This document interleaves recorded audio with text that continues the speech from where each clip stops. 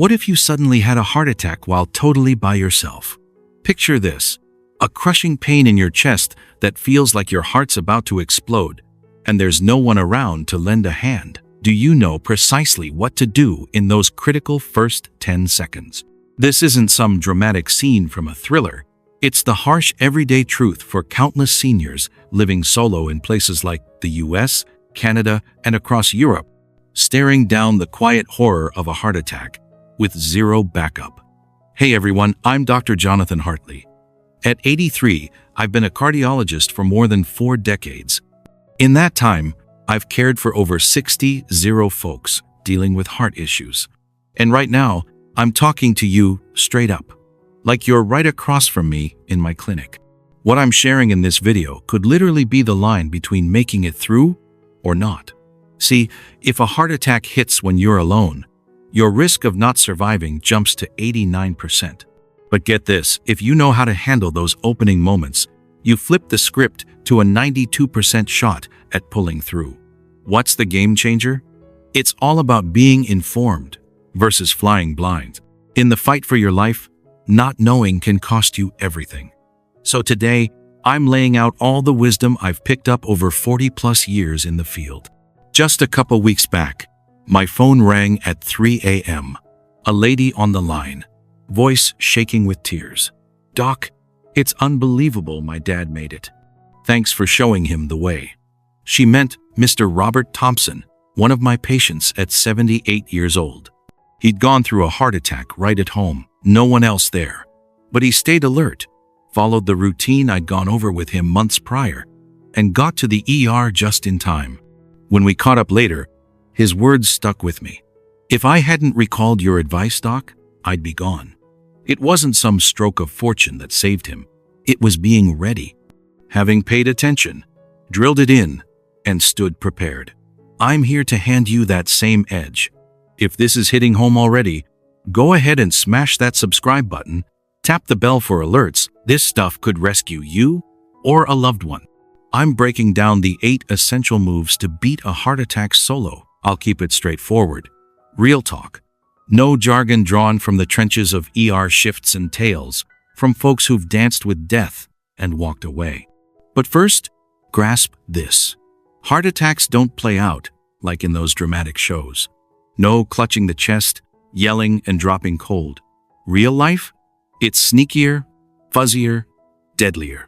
For Mr. Robert, that morning started routine. He was up at dawn, brewing coffee, flipping through the paper. Then, bam. This odd tightness in his chest hit. Not a stab, more like a heavy squeeze from inside, as if his ribs were caving in. He figured, maybe last night's meal sitting wrong, just gas. But nope, it lingered, ramped up over half an hour. Soon his left arm went tingly, a nagging ache crept into his neck, and that's when it clicked. This is it, a heart attack. That quick realization, it turned the tide. If he'd brushed it off as, getting old, it'll fade, he might not have made it. Numbers don't sugarcoat it. 87% of heart attack victims mix up the signs with something minor, like tummy trouble, a chill, or a pulled muscle. And as they stall, the heart takes hit after hit. Folks over 65 flying solo? They're 4 times likelier to not make it through one, not because their ticker's frailer, but because isolation means hesitation or inaction. But hey, that doesn't have to be your story. You can gear up, absorb the know-how, and jump in when it counts. Mr. Robert didn't luck out. He'd sat in on one of my community chats where I spelled out the drill for lone heart episodes. When crunch time hit, it all flooded back. No freakout. He glanced at his watch, steadied his breath, and thought, okay, time to run the playbook. That's the gap between the prepped and the clueless. Prepped folks, they hold steady in chaos because they've got the sequence down. The others? They freeze, spiral, and sometimes dig their hole deeper. And if you've got hypertension, diabetes, sky-high cholesterol, or you're puffing smokes, the stakes skyrocket. But here's the kicker, even stacked against you.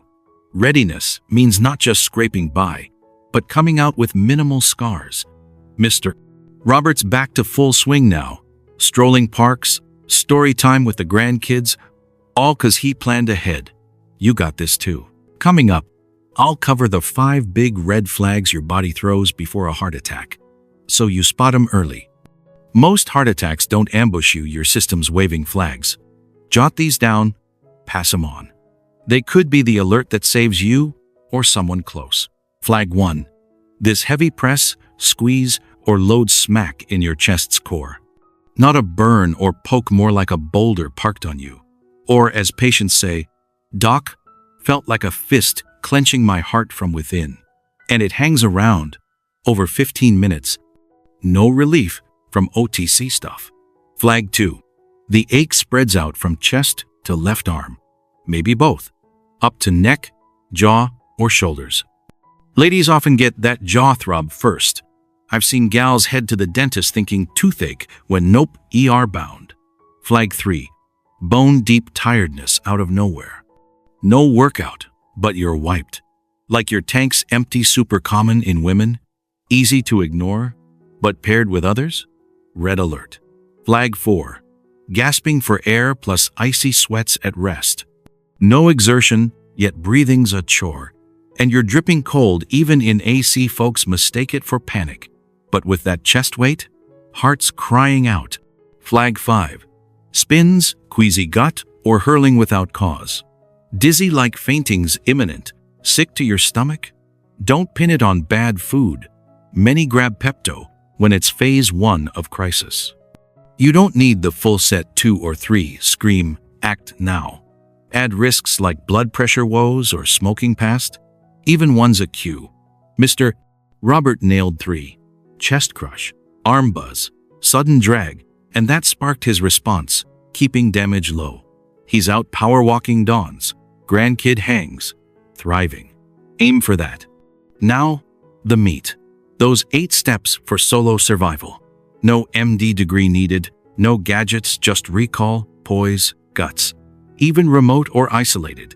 These boost odds to 90%. Tune in, absorb, and drill 'em. Rehearse, like prepping for a storm. We plan vacations. Why not this? Ready? Let's go with step number 1. As soon as those symptoms kick in, everything grinds to a halt. Drop what you're doing and find a safe spot to sit down. Don't keep moving around the house. Don't convince yourself it'll blow over in a minute. And definitely don't brush it off with thoughts like, "I'll just wait a bit longer to see." The key here is immediate action to prevent further strain on your body. Look for a sturdy chair, a couch with good back support, or even the edge of your bed, if that's nearby. Anything that lets you sit upright with your back fully supported.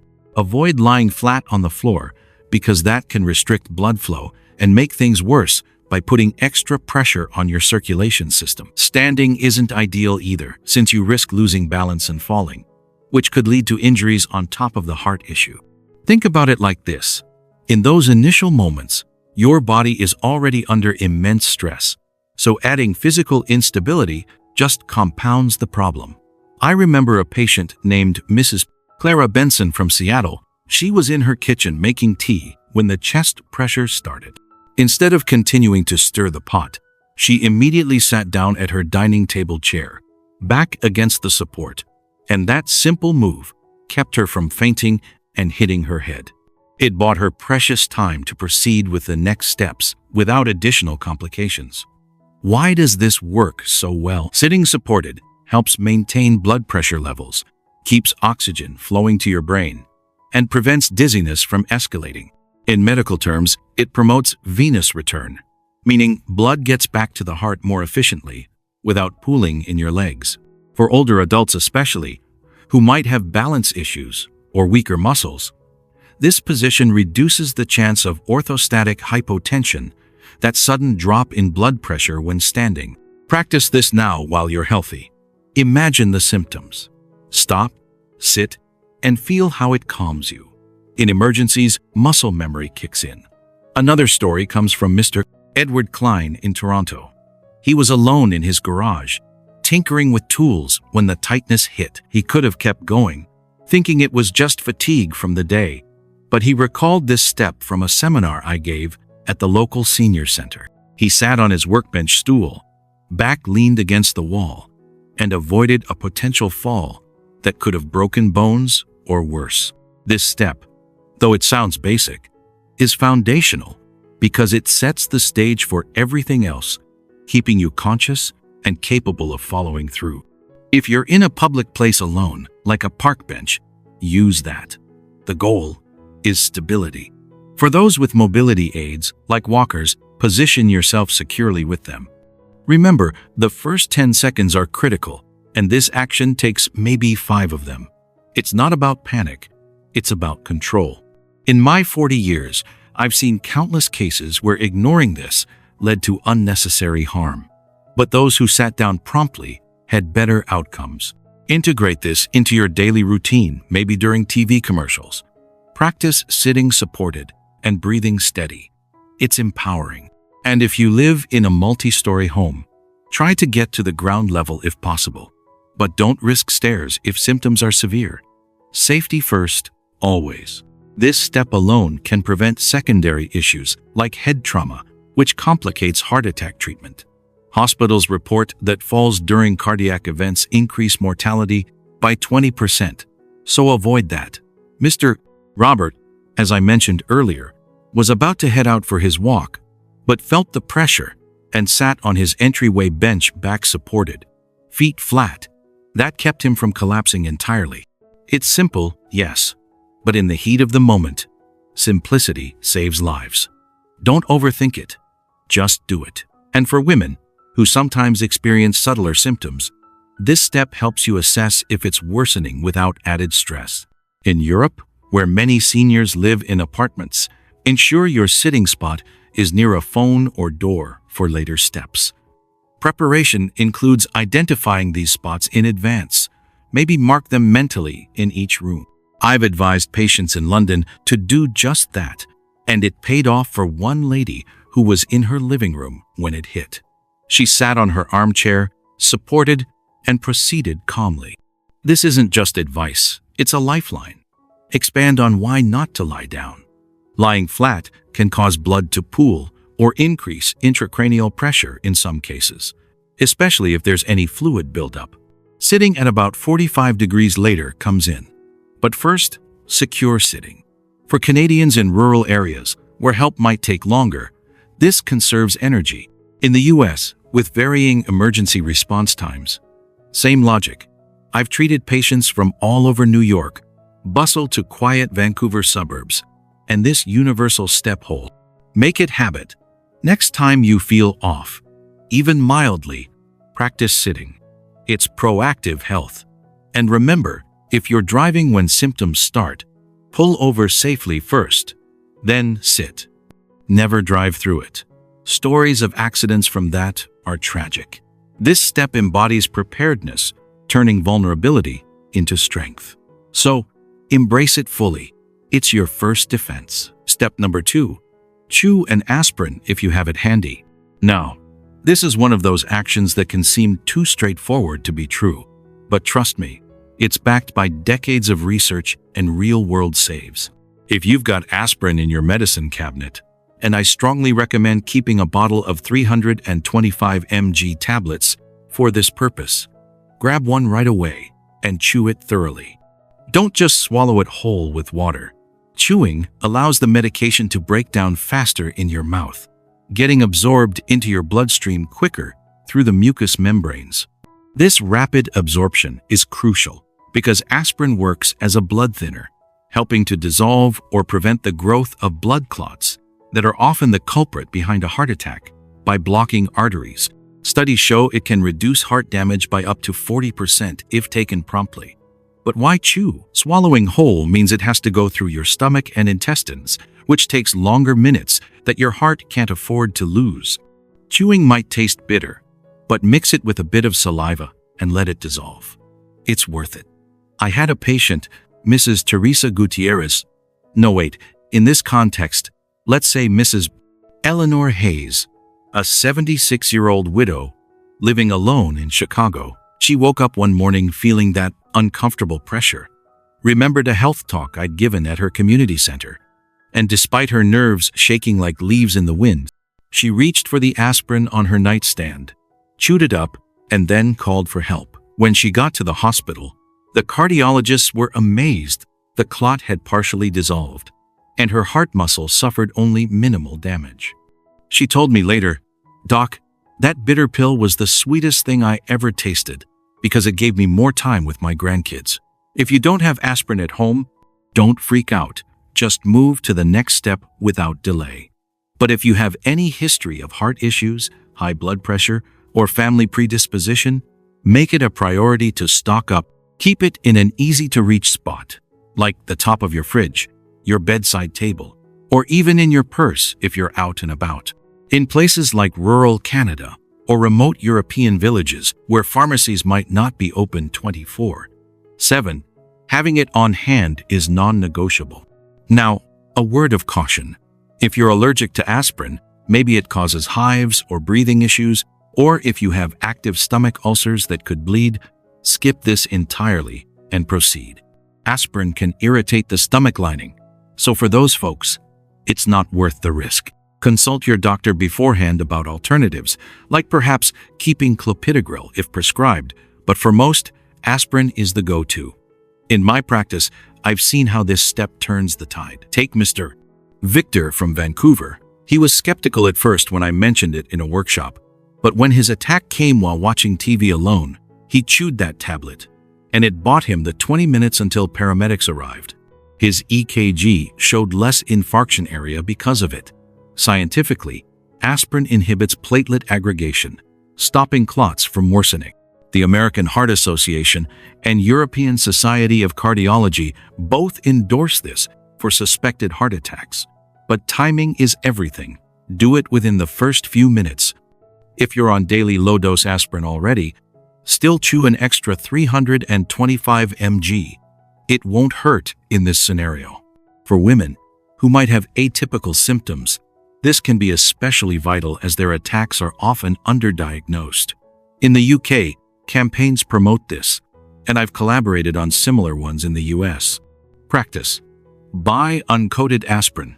Try chewing one, safely, not during emergency, to get used to the taste. It's empowering. And if you live alone, tell a friend or family where you keep it. This step isn't magic, but combined with others, it's a powerhouse. I've lost count of how many patients regretted not knowing this sooner. Don't be one of them. Prepare today. In colder climates like Scandinavia, where heart risks rise in winter, this is even more critical. Expand on storage. Keep it away from moisture. Check expiration dates yearly. If traveling, pack some. Stories from patients in Paris or Berlin echo the same. Chewing saved them. It's accessible, cheap, effective. Why 325 milligrams? That's the standard dose for this. Baby aspirin 81 mg is too low for acute use. If only low dose available, chew 4. But ideally, have the right one. This step embodies quick thinking under pressure, turning a household item into a lifesaver. So, integrate it into your mental checklist now. Step number 3. Call emergency services immediately and provide your location with crystal clear details right off the bat. This might sound obvious, but in the fog of a heart attack, clarity can slip away. So let's break it down to make it foolproof. Depending on where you are in the US or Canada, it's 911. Across much of Europe, it's 112. Have that number programmed into your phone's speed dial or favorites for one-tap access. The moment you're seated safely from step 1, dial it without hesitation. As soon as the operator answers, lead with your full name, exact address, and a brief description of symptoms. For example, my name is Luis Galvez. I'm at 25th Street, number 132, apartment 3B, in the El Roble building, or whatever your details are. I'm experiencing severe chest pain and shortness of breath. I think it's a heart attack. Why start with location? Because during a cardiac event, you could lose consciousness at any second. And if the call drops or you can't speak further, they need to know where to send help. Paramedics can't guess. Every second counts. Stay on the line. After that, answer their questions calmly. Like your age, any medications you're on, Or if you've taken aspirin, don't exaggerate symptoms to speed them up, but don't downplay either. Be honest and speak slowly if needed. If English isn't your first language, many services have translators, but practice your script in advance. I recall a patient, let's say Mrs. Sophia from Montreal. She was alone when the pressure hit. Dialed 911, gave her condo address first thing, and even though she started feeling faint, the ambulance arrived in time because they had the info up front. Without that, delays could have been fatal. In rural areas like the Canadian prairies or Scottish Highlands, response times might be longer, so this step ensures they head your way ASAP. Urban spots like New York or London, traffic can still slow things, but clear details help. Keep your phone charged. Always use a portable charger if needed. If you have a smartwatch with emergency features, activate it too for backup. In my career, I've heard horror stories of folks fumbling addresses mid-call, leading to wrong dispatches. Avoid that by rehearsing. Write your address on a note near your phone, or memorize a phonetic version if numbers slur. For apartments, include buzzer codes or gate instructions. If you're in a hotel or vacation rental in Europe, note the full address, including postal code. This step bridges you to professional help, turning solo survival into team effort. Statistics show that calling within 5 minutes improves outcomes by 50%. Don't wait for symptoms to worsen. Act on suspicion. For seniors with hearing aids, ensure they're in. Operators speak clearly. If you drop the phone, they can trace cells, but address first is key. Practice with a friend. Role-play the call. It's not silly, it's smart. In the US, some areas have text to 911, but voice is preferred for details. This step saved Mr. Robert. He dialed, gave his house number clearly, and stayed on until help came. Empower yourself. Know your local number variations. Like in some EU countries, it's 112, but locals use others. Preparation here is golden. Step number 4.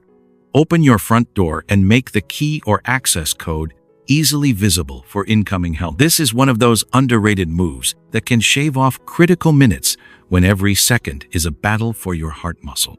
Once you've called emergencies and are seated, if you're able to move safely without straining, remember, no rushing. Head to your door and unlock it, propping it open if possible. If it's a keyed lock, place the key in an obvious spot, like under the doormat, in a nearby flower pot, or taped to the door frame with a note saying, "For paramedics." For electronic locks or keypads, jot the code on a large piece of paper in bold marker and stick it right on the door or window nearby. The reasoning? If you pass out before they arrive, a locked door means they have to break in, which takes time, tools, force, and potential delays of 2 to 5 minutes that your oxygen-deprived heart can't spare. In my experience, I've seen cases where this simple act turned a near miss into a smooth rescue. Take Mr. Harold from Ottawa. He was alone in his bungalow when symptoms struck. After calling, he cracked the door and left the key on the porch light fixture. Paramedics walked right in, found him conscious but weak, and got him stabilized fast. Without that, forcing entry could have added stress and time. Don't worry about security in the moment. A thief is the least of your concerns when your life hangs in the balance. You can lock up later or have neighbors watch. For apartment dwellers in cities like Paris or Boston, buzz the door open if your system allows. Or note the intercom code. In colder climates like Scandinavia, an open door might let in chill, but briefly, it's worth it. Practice this. Identify your door type. Prepare an emergency access note in advance. Keep it in a drawer. If mobility is limited, like for wheelchair users, position yourself near the door if possible during symptoms. This step complements the call by ensuring seamless entry. Hospitals report that entry delays contribute to 10% worse outcomes in solo cases. For ground floor homes, open a window too if needed. Tell family your plan so they understand. This empowers independence while inviting help. Mr. Robert did this door ajar, key visible, and it worked perfectly. It's practical, thoughtful, life-saving. Step number 5. Position yourself at a 45-degree incline with your legs slightly raised. This isn't about comfort. It's a strategic pose that optimizes blood flow during crisis. Once secure and door-handled, recline back on your chair, sofa, or bed at about a 45-degree angle. Think half sitting, half lying, like in a hospital bed. Adjust it up. Use pillows or cushions behind your back for support. And elevate your legs a bit, maybe on a footstool, ottoman, or stacked pillows, keeping knees slightly bent. Why this exact setup? It helps gravity-assist blood return to your heart and brain without overwhelming your lungs or causing fluid buildup, which flat lying can do, leading to congestion or harder breathing. Too upright, and your heart pumps harder against gravity. This position reduces workload on your ticker, maintains consciousness, and eases symptoms like shortness of breath. A patient of mine, Mrs. Lydia from Manchester, UK, was reading in bed when the fatigue and pressure hit. She adjusted pillows to 45 degrees, legs up on a blanket roll, and it kept her stable until help arrived 15 minutes later. Docs said it minimized strain. For those with back issues, use firm support to avoid slips. In small spaces, like a studio apartment in New York, use wall as backrest. Practice. Time yourself adjusting, aim for under 30 seconds.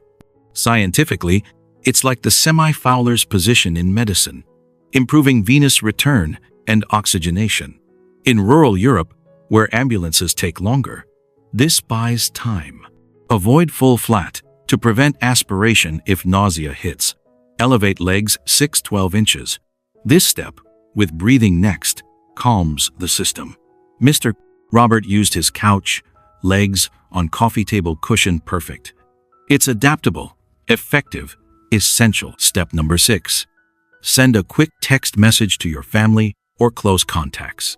At this point, talking on the phone is out. It requires energy and breath that could exacerbate your condition, raising heart rate unnecessarily. Instead, grab your phone, hopefully nearby from the call, and fire off a short, direct text to multiple people, at least 2 or 3, like kids, siblings, or neighbors, to increase chances someone sees it promptly. Keep it concise. Having heart attack symptoms. Called 911-112. Heading to hospital. Meet me there. Don't worry. No long explanations. Save strength. Why text? It's silent, quick, and informs without effort. A lady patient in Calgary, Mrs. Grant, texted her son and daughter while waiting. They met her at the ER, providing support and medical history to docs. If no reply, don't follow up, focus on breathing. Program group texts in advance for emergency. This step connects you emotionally, reducing isolation, fear. In big families across the US, it mobilizes help. For tech-savvy Europeans, use WhatsApp if preferred. Practice drafting. It's a bridge to loved ones, enhancing survival mindset. Mr. Robert texted his kids, easing his mind. Step number 7. Focus on deep, controlled breathing. Inhale for 4 seconds, exhale for 6. This technique is a game changer for calming your nervous system and lightening the load on your heart. Breathe in slowly through your nose, counting 1, 2, 3, 4 in your head, filling your belly rather than just your chest. That's diaphragmatic breathing, which maximizes oxygen intake without straining. Then, exhale gently through your mouth for a longer count of 1, 2, 3, 4, 5, 6, perhaps making a soft whoosh sound to control the flow. Repeat this cycle continuously. Why does it help? It activates the parasympathetic nervous system, lowering heart rate, blood pressure, and anxiety, while improving blood oxygenation. In stress, we shallow breathe, worsening symptoms. This counters that. A patient, Mr. Benson from Ontario, used it during his episode alone in his cabin. It kept him from panicking, and paramedics found him composed. Practice daily. It's like meditation for your heart. In colder months across Canada, it warms internally too. Combine with wrist press next for synergy. For women with anxiety-like symptoms, it distinguishes and calms. Mr. Robert breathed this way, gaining crucial minutes. It's free, powerful, always available. Step number 8. Press firmly on the inside of your wrist, where you feel your pulse, and simultaneously cough forcefully 3 times in succession. This lesser-known maneuver can act as a temporary stabilizer in dire moments. Use your thumb to apply steady pressure on the radial artery pulse point about 2 inches below your palm on the thumb side, pressing hard, but not painfully, for a few seconds. While doing that, take a deep breath and cough vigorously 3 times, like clearing your throat, but stronger from the diaphragm. Why? The cough creates intrathoracic pressure, mimicking a mini chest compression to boost blood flow momentarily, while the wrist press stimulates the vagus nerve, potentially regulating irregular rhythms. It's not a cure or substitute for medical care, but it can buy a few extra minutes of stability, especially if help is delayed. I've seen it work for patients like Mr. Klein in Boston. He pressed and coughed while waiting, staying conscious longer. Research from emergency protocols supports this as a bridge tactic. Practice safely. Feel your pulse now. Try the cough without force. For those in remote areas like Alaskan outskirts or Swiss Alps, it's invaluable. Don't overdo 3 coughs per cycle. Repeat if needed. Combined with prior steps, it's the final holdout. Mr. Robert executed it precisely, ambulance finding him alert. Master this. It's your secret weapon. Your move? Memorize, notum, fridge post. But bigger, prep pre-strike. I've seen 80+ folks heart attack free via 3 easy habits, slashing risk 70%. My triple gold rules. Gold 1, 30-min daily stroll. No sprints, just steady steps. Mr. Harold Benson, 82 from Ontario, parks it rain or shine since forever. Check up. Heart like a 60-year-old's. Secret? That walk crave. Gold 2. Salt hard. Sneaky foe, hikes pressure, stiffens pipes. Ditch junk, chips, deli, cans, fast eats. Load fruits, veggies, beans fresh. Mrs. Lydia Grant, 79, struggled flavor-wise at first, but adapted quick. Now, salty stuff repels her, pressure steady. Gold 3. Ditch smokes, booze, age be damned. Too old to quit? Nah, body's resilient.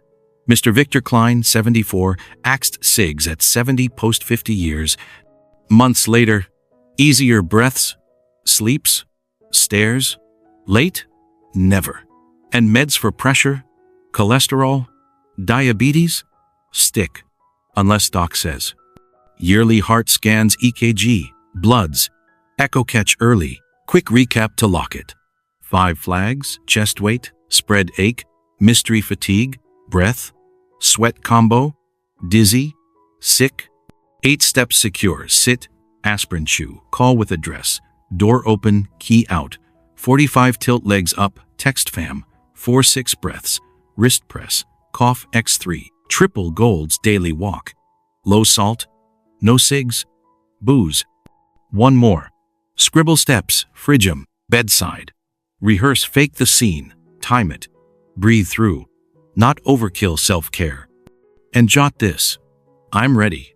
Heart attack? I fight back. Know the drill. I'll win. Read daily your vow.